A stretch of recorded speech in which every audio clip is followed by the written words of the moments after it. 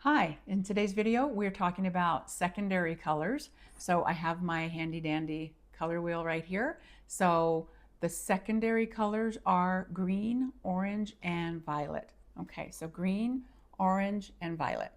They also are equally spaced apart on the color wheel. These colors are made by mixing two of the primary colors together. So for instance, when I mix yellow and red, it makes orange. Okay, notice that orange is two colors away from yellow and it's two colors away from red.